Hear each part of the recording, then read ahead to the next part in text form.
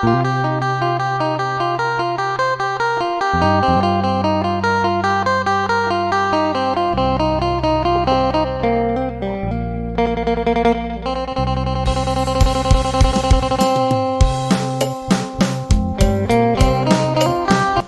ยดีเจริญพรตอนเช้ามื้อนี้ก็เตรียมสถานที่ตอนตกแต่งพระธาตุทรา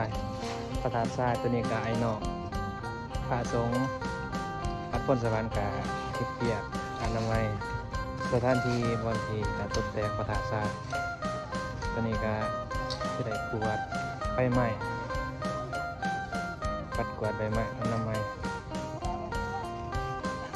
ทางข้างซิมแม่นตกพระธาตุทรายมือ15 ค่ำเดือน6แท่งเนาะพี่น้องเนาะใครอยากรวมบุญมาตกแต่งถวายเป็นพุทธบูชาธรรมบูชากาขอยังเชิญเจริญพรมาได้เด้อที่วัดโพธิสวัสดิ์นครปากเซสถานที่วัดแม่นข้างตลาดดาวเรืองเด้อพี่น้องบางคนเขาบูฮูวัดโพธิสวรรค์แถวใดเนาะแถวตลาดดาวเรืองคือบ่เห็นว่าเขามันอยู่ในเนาะเพราะว่าทั้งหน้าวัดทั้งหลังวัดมันจะมีตึกบังส่วนหน้าคนจะบ่เห็นเขตนอกการนอกเมืองนี่เขาบอกว่าจะเห็นก็จะฮู้อันนี้ใบใหม่ที่พ่อแม่ครูบาอาจารย์ปัดกวาดอนามัยนี่ก็ต้นไม้แดงยังหลายกกอยู่ต้นไม้แดงมองบูซื้อไปไหนต้นนี้แต่ว่าใหญ่หรอกเฉลี่ยประมาณได้เยอะประมาณ30 ปีเท่านี้30 ปลายปี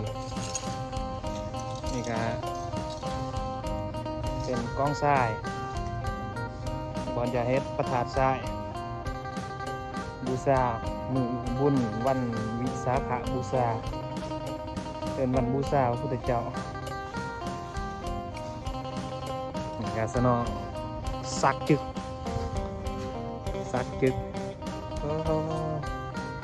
กวาดแต่เสาว่าท่านแล้วกวาดดีๆกวาดสะอาดเกิดศาสนาจึงสิรอสิเทที่เขา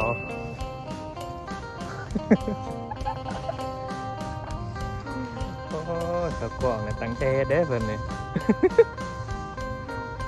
เอาอย่างหรอถ่ายไว้ลง YouTube พี่น้องเอ้ยไปเห็นคลิปนี้ก็ติดตาม YouTube นี่เด้อพี่น้องปองฝ่ายวุฒิสุคนอันนี้จัวคำสิงฟาร์มมะลินะจัวคำสิงนามสกุลเสือ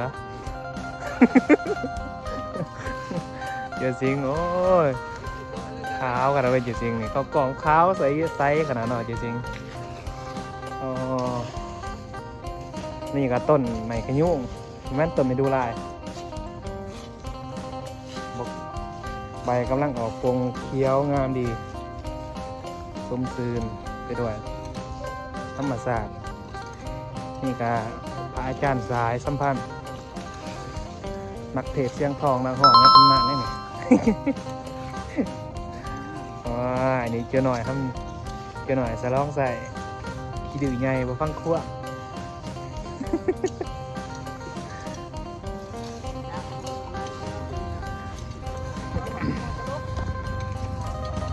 บ่ตลกนั่นไม่ได้บอกให้ตลกเนาะเขาลอยฟังซื่อกดใจเนาะเวลาเลยไหมวิจารณ์ว่าทันกดวันละค่ะ รถได้ยังเคยไหม รถเนี่ยรถญาติโยมที่มาฝากวัด รถซีพี ฝากฟรีบ่มีค่าใช้จ่ายด้วยพี่น้อง นี่รถคันนี้รถจอดรอซับซีพี ตัวนี้จอดแต่ก็ออกพรรษาหมดเพราะท่านไหนไปใส่ขี้เหนียงจับเบิดอ่ะรถบ่มีน้ำมันไปบ่ได้ รถซีพี รถบ่มีน้ำมันไปบ่ได้ไปซื้อมันฮักคนบ่มีใจฮักไปก็บ่มีให้คุณค่า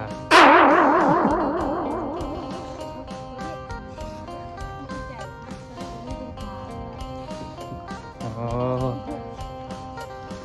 ฮักคนบ่มีใจฮักไปเขาก็บ่เห็นค่าไปซื้อมันเจ้าแหละบอกบ่ฟังบอกไปก็บ่มีความหมาย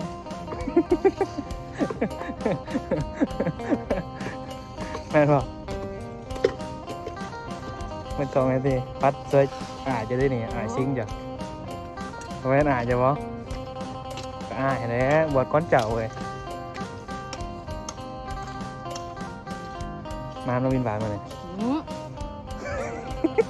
เอาเคลื่อนกล่องนี่วุ้นน่าจะเก่ากล่อง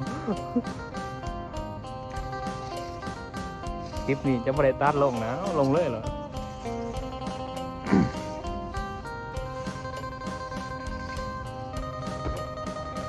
ใบใหม่ที่มันหล่นมาแต่เปรียบเสมือนอีหยังคือชีวิตคนเฮาครับที่มันผ่านไปแล้วสิแก้ไขคืนกันมาแต่เห็นปัจจุบันให้มันดีที่สุด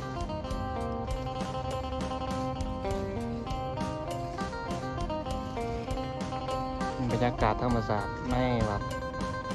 ต้นนี้ไปใหม่ก็เริ่มปรุงเลี้ยวงามไปด้วยธรรมศาสตร์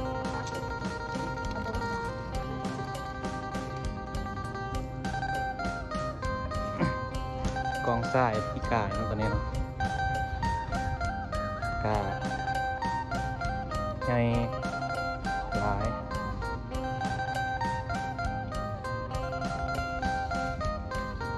การสั่งสาบ่อย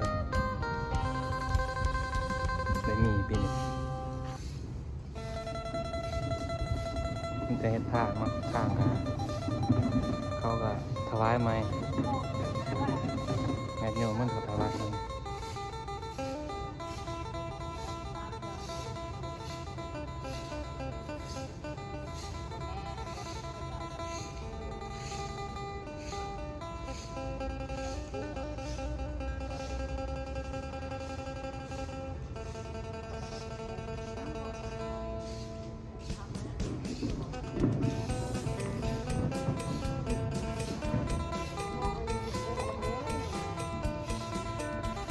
กูยังก่อน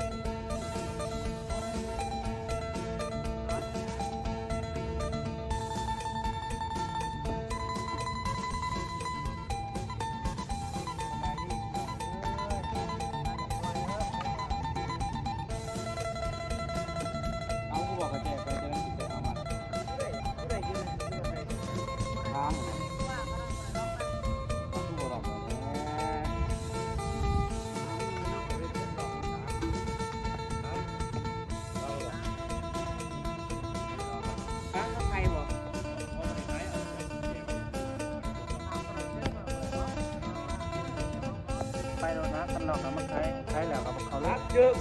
ตายแล้วสบายดีพี่น้องฟังไปเดินก่อน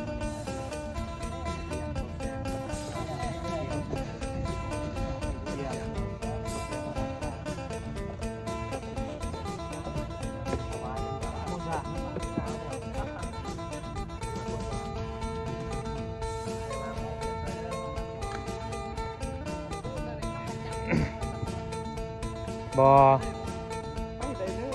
ที่จับไม่สั่งอ้าวเพื่อพานแดนนั่นแหละพานแดน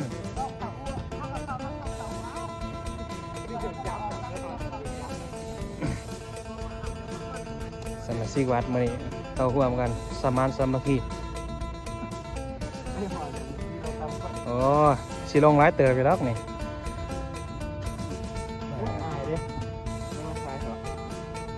ยังมีเจ้ากล่องจริงดัง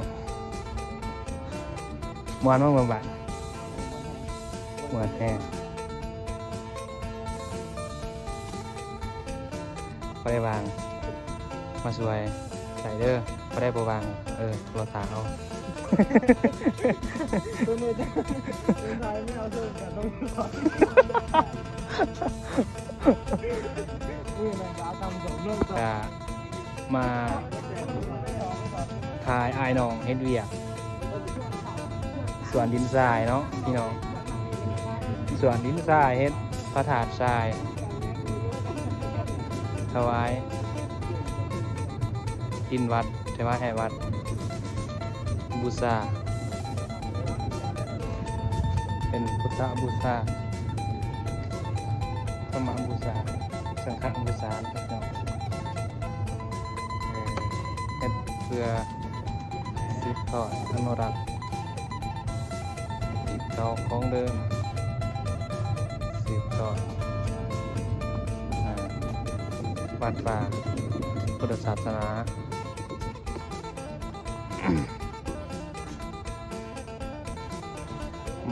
ใบทำสีแดงคือว่า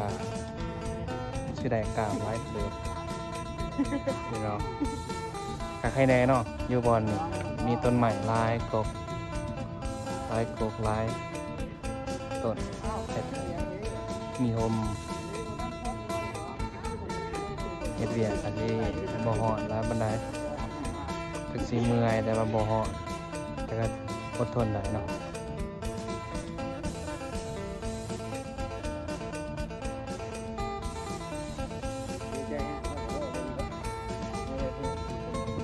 อันแรกยังวะ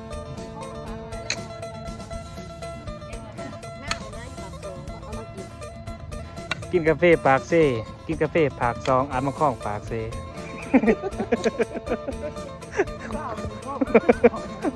อีหยังวะบอกอีหยังเหรอ กินกาแฟปากซองอ่านฟ้องปากเต้ ไปเซเพอยู่ใส่กับไป